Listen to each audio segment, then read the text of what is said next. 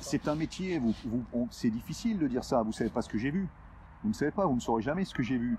Et c'est au même titre qu'un chirurgien qui va opérer des tas de cancers tous les jours. Est-ce que c'est pour ça quand il rentre chez lui, voir ses enfants, il dit « moi j'ai le cancer » ou il va être déprimé? Non, c'est un métier, c'est un métier. C'est un métier, vous êtes préparé à ça. Et aujourd'hui, comme je disais tout à l'heure, les sas de décompression permettent justement aux gens, si vraiment ils ont quelque chose. Avant, ça n'existait pas les sas de décompression. On se retrouvait entre nous, on pouvait échanger, boire une petite bière et puis raconter. Mais si un jour vous avez l'occasion de discuter avec des anciens qui ont fait le débarquement ou des gens qui ont vécu les conflits de la Seconde Guerre mondiale, il en reste aujourd'hui beaucoup, de nombreux anciens combattants qui sont vivants et qui ont vu des horreurs de la guerre, qu'ils soient conventionnelles ou à l'époque c'était pas les forces spéciales, mais on appelait ça les opérations combinées.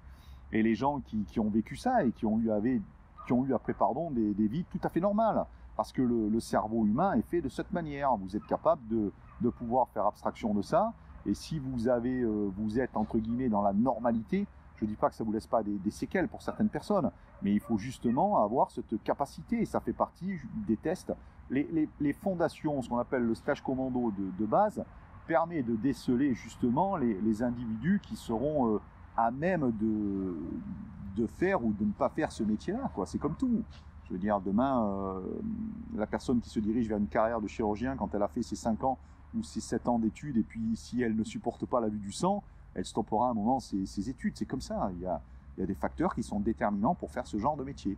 Mais les horreurs, vous les avez au quotidien, les horreurs. Vous les avez dans les banlieues, vous les avez au quotidien. Demain, vous êtes assis dans le métro, il y a quelqu'un qui se fait égorger par une autre personne pour un vol de sac à main ou autre chose. Vous serez confronté aux mêmes séquelles, peut-être moins préparé qu'un militaire, mais vous serez confronté à ces mêmes horreurs. Aujourd'hui, elles existent de partout.